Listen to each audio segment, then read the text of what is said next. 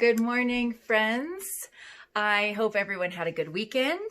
We are ready to start reading the BFG again. And let's see, the last chapter, the BFG and Sophie went to the palace and they met the queen. And Sophie stayed with the queen. They said that she couldn't have breakfast in her nightie, that she had to actually get some proper clothes on.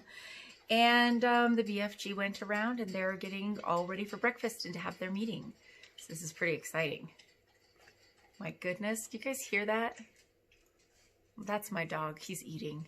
Holy cow, he is a noisy eater. Oh, I guess he's done now. He just walked by me licking his lips. Silly pup. Okay, here we go. This next chapter is called The Royal Breakfast. There was a frantic scurry among the palace servants when orders were received from the queen that the 24-foot giant must be seated with Her Majesty in the great ballroom within the next half hour. The butler, an imposing personage named Mr. Tibbs, was in supreme command of all the palace servants, and he did the best he could in the short time available. A man does not rise to become the queen's butler unless he is gifted with extraordinary ingenuity, adaptability, versatility, dexterity, cunning, sophistication, sagacity, discretion, and a host of other talents that neither you nor I possess. Mr. Tibbs had them all.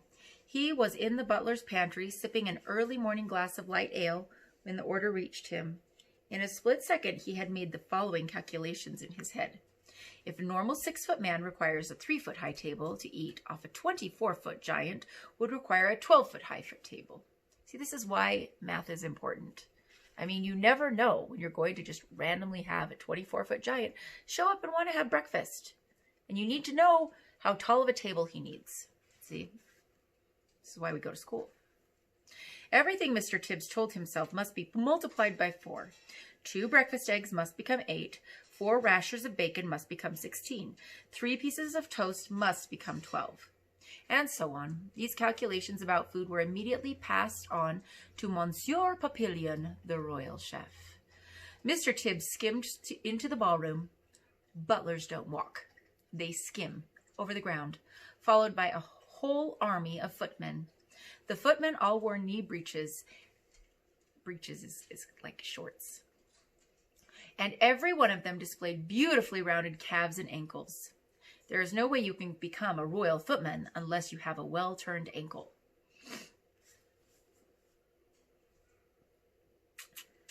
It's the first thing they look at when you're interviewed. Push the grand piano into the center of the room, Mr. Tibbs whispered. Butlers never raise their voices above the softest whisper. 4 footmen moved the piano.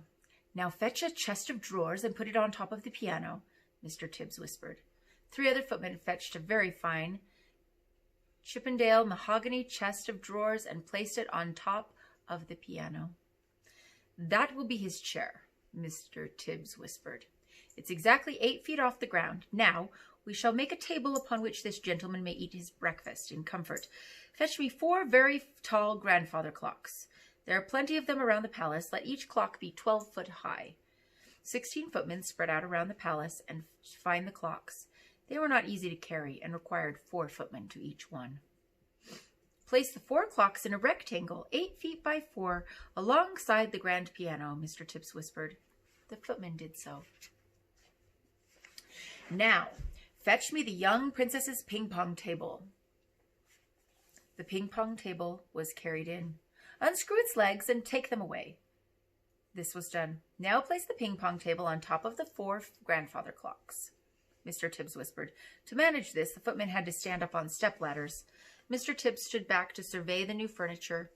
None of it is in the classic style, he whispered, but it will have to do.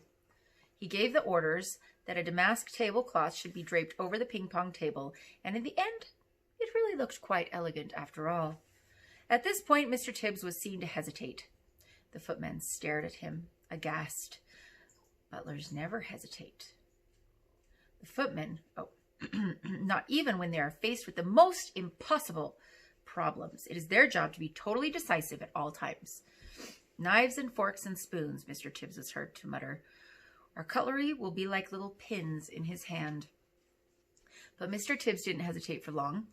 Tell the head gardener, he whispered, that I require immediately a brand new unused garden fork and also a spade. And for a knife we shall use the great sword hanging on the wall in the morning room. But clean the sword well first. It will last used to cut off the head of King Charles I, and there may still be a little dried blood on the blade. When all this had been accomplished, Mr. Tibbs stood near the center of the ballroom, casting his expert butler's eye over the scene. Had he forgotten anything? He certainly had. What about a coffee cup for the large gentleman? Fetch me, he whispered, the biggest jug you can find in the kitchen. A splendid 1-gallon porcelain water jug was brought in and placed on the giant's table beside the garden fork and the garden spade and the great sword. So much for the giant. Mr. Tibbs then had the footman move a small, delicate table and 2 chairs alongside the giant's table. This was for the Queen and for Sophie. The fact that the giant table and chair towered far above the smaller table simply could not be helped. All these arrangements were only just completed when the Queen, now fully dressed in a trim skirt and cashmere cardigan, entered the ballroom holding Sophie by the hand. A pretty blue dress that had once belonged to one of the princesses had been found for Sophie, and to make her look prettier still, the Queen had picked a superb sapphire brooch for her to wear.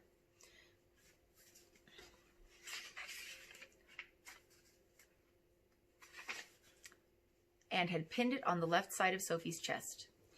The big friendly giant followed behind them, but he had an awful job getting through the door. He had to squeeze himself through on his hands and knees, with 2 footmen pushing him from behind and 2 pulling from the front. But he got through in the end. He had removed his black cloak and got rid of his trumpet, and was now wearing his ordinary simple clothes.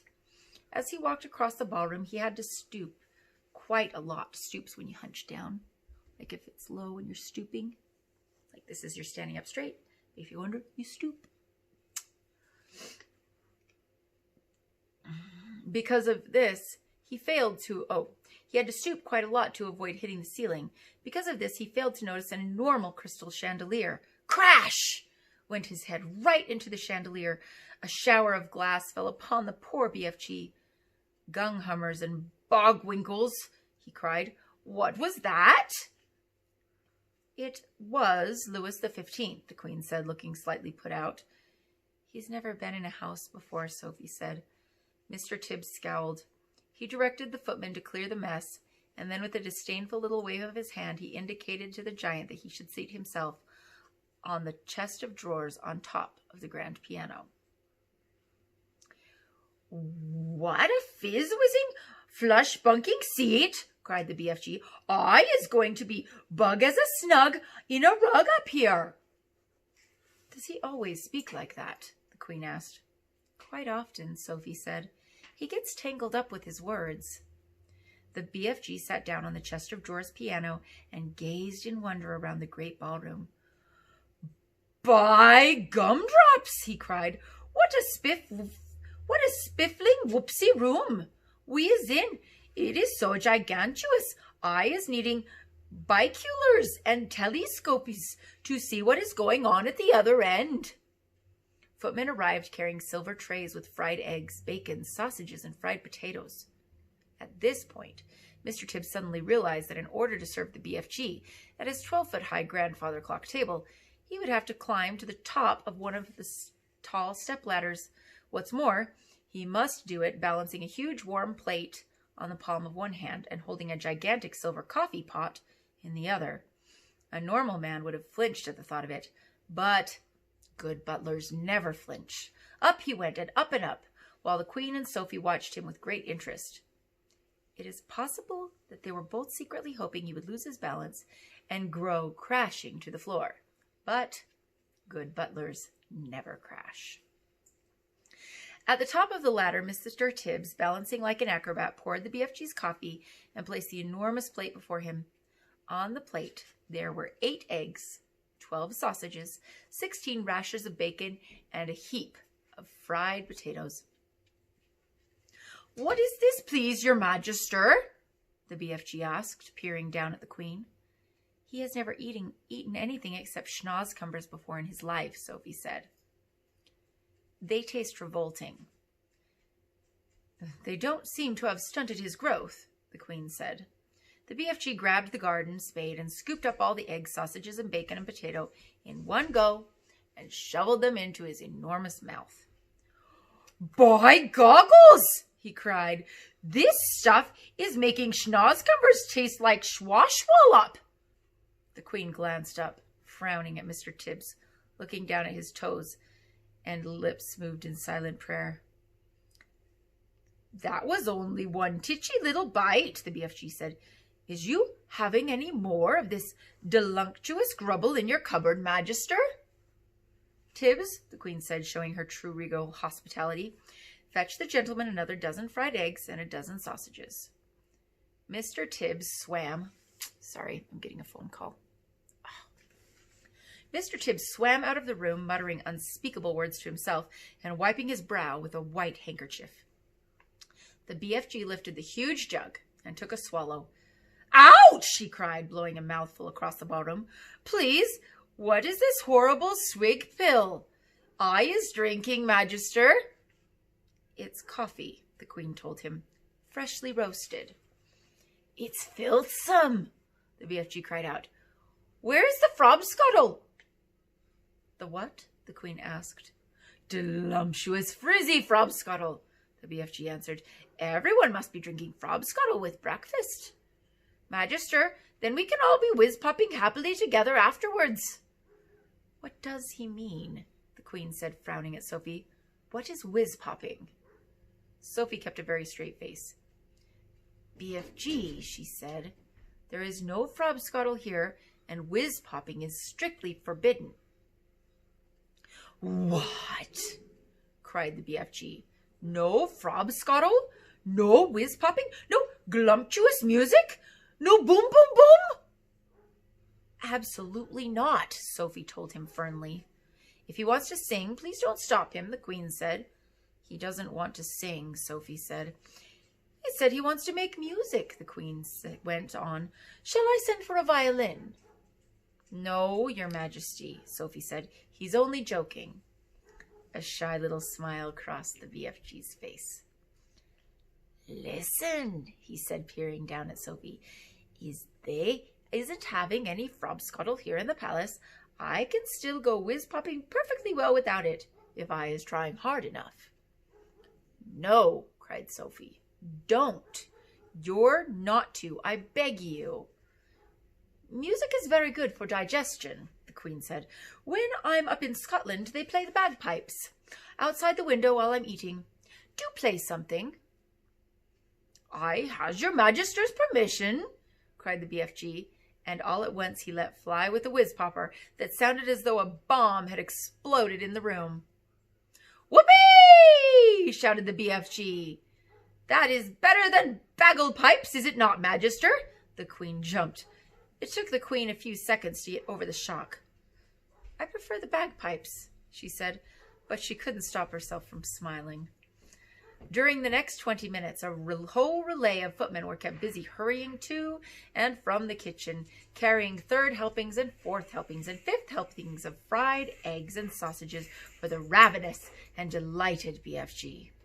When the BFG had consumed his 72nd fried egg, wow, that is a lot of eggs, kiddos. That's a lot of eggs. 72nd, that's 72 eggs. Mr. Tibbs sidled up to the Queen. He bent low from the waist and whispered in her ear, Chef sends his apologies, Your Majesty, and he says he has no more eggs in the kitchen.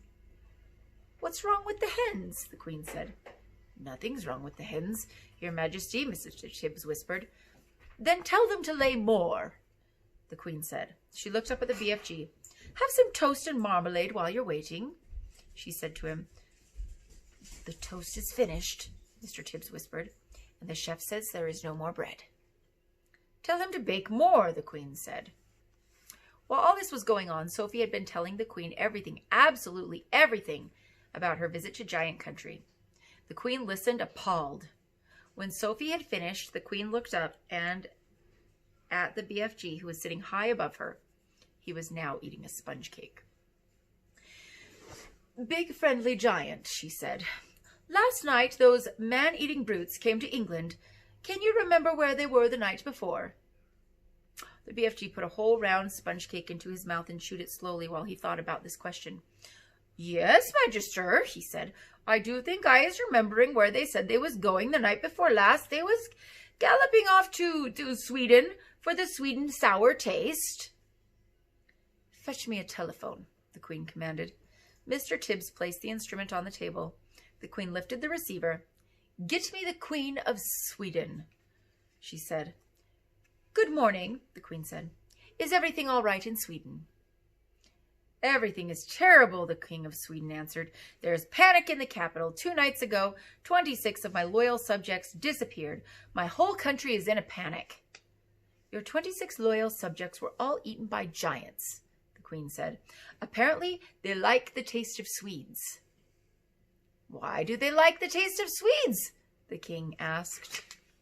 Because the Swedes of Sweden have a sweet and sour taste, so says the BFG, the Queen said. I don't know what you're talking about, the King said, growing testy. It's hardly a joking matter when one's loyal subjects are being eaten like popcorn. They've eaten mine as well, the Queen said. Who is they, for heaven's sake? The King asked. Giants, the Queen said. Look here, the King said. Are you feeling all right? It's been a rough morning, the Queen said. First I had a horrid nightmare, then the maid dropped my breakfast, and now I've got a giant on my patio. You need a doctor, quick, cried the Queen. I'll be all right, the Queen said. I must go now. Thanks for your help. She replaced the receiver. Your BFG is right, the Queen said to Sophie. Those 9 man-eating brutes did go to Sweden. It's horrible, Sophie said. Please stop them, Your Majesty. I'd like to make one more check before I call out the troops, the Queen said. Once more she looked up at the BFG. He was eating donuts now, popping them into his mouth 10 at a time, like peas. Think hard, BFG, she said. Where did those horrid giants say they were galloping off to 3 nights ago? The BFG thought long and hard. Ho-ho, he cried last night. Yes, I is remembering. Where? Asked the Queen. One was off to Baghdad, the BFG said. As they is galloping past my cave, Flesh Lump Eater is waving his arms and shouting at me, I is off to Baghdad, and I is going to Baghdad, and Mum and every one of their children as well. Once more the Queen lifted the receiver. Give me the Lord Mayor of Baghdad, she said. If they don't have a Lord Mayor, give me the next best thing. In 5 seconds, a voice was on the line. Here is the Sultan of Baghdad speaking, the voice said. Listen, Sultan, the Queen said. Did anything unpleasant happen in your city 3 nights ago?